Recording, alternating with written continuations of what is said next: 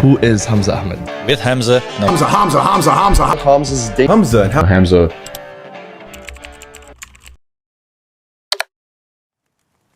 I have work tomorrow, another full day shift as normal, Monday to Friday. I'm gonna quit. What a year. This is a year that I will not forget. Find your purpose. And my name is Hamza Ahmed. My purpose is to make more men like Adonis. Holistic self-improvement. So it's like 5 a.m, so I'll keep my voice down. I would not be here if I wasn't an entrepreneur. If I was working like some 9 to 5 job, I wouldn't have been able to come. My name is Hamza. I'm a cult leader. Wait a minute!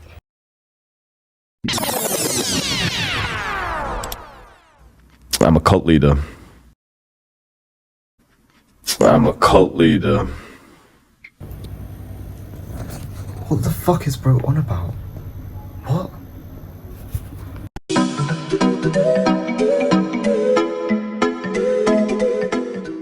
Yes, he did. But Hamza! That was Hamza, the self-proclaimed cult leader of modern self-improvement. Yep, you heard that right. He calls himself a cult leader. But why? Let's pause for a second. Hamza is definitely a respectable guy, and I'd personally agree that he is the reason most men are on self-improvement these days, and why it became trending. But why brand yourself as a cult leader? One thing I hear a lot about these days is the impact that the biggest music stars of the decade have on society, more specifically their fans. For example, what happened with the Travis Scott concert in Rome. Bro had the crowd jumping so much it caused tremors equivalent to a 1.3 magnitude earthquake. Or when Taylor Swift had her fans dancing creepily in a circle in her movie screening. All kinds of weird cultish behaviour, right? So okay, we can make the assumption that when one reaches incredibly high levels of popularity and influence amongst society, their fans may become cultish in their awe of the superstar. Sure, but that still doesn't explain why one would voluntarily brand themselves as a cult leader. Or does it? You see, Hamza has changed a lot over time, from being a small YouTuber trying to navigate life and its difficulties while documenting the lessons he's learned in hopes that it'll help someone else, to now being one of the most influential people for men that want to improve themselves. And he's not done. Hamza wants to keep growing more and more. Now, how is he doing this? He's changed his view on his influence and the content he produces. He's pivoted his focus from content to business. Everything has become a business to him, which is good for growth within the physical sector of his self-improvement. However, this comes at the cost of many of his fans turning against him. Now, why are his fans turning against him? The most popular complaints right now are Hamza changed, Hamza is a hypocrite, or Hamza is a fraud. In order to answer this, we need to remember the definition of self-improvement. Self-improvement is the pursuit of growth within all aspects of life, physical, mental, and spiritual. Growth can't happen without change. Change can create difficulties. Difficulties create lessons, and lessons provide opportunities for growth. Everyone is criticizing Hamza for being a hypocrite and changing his views, but for him to grow he must change his views. He is at a different level in his life now, where self-improvement means something different to him. He wants to improve on primarily the physical aspect of his life now, and that has different requirements compared to the previous phase of his life.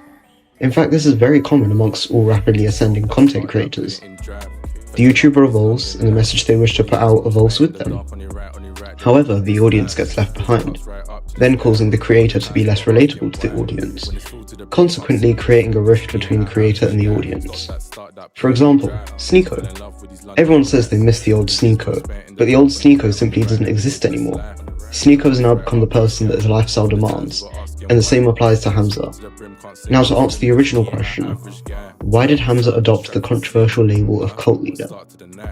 It's a calculated move to cement his influence and monetize his following. By framing himself as a cult leader, he fosters a sense of devotion amongst his fans, positioning himself as the ultimate archetype of aspiration, the Adonis. This perception translates into business success, as his devoted following is more inclined to purchase whatever he endorses. And it's working. He's been able to get over 2,000 customers for his paid product Adonis School without investing a single penny into marketing. In fact, it's the exact same thing that Andrew Tate did with his Hustlers University in the War Room. Whoa! Welcome to the real world! Even Iman Gadji is attempting to replicate this with his digital launchpad. Now, how will I be different from Hamza?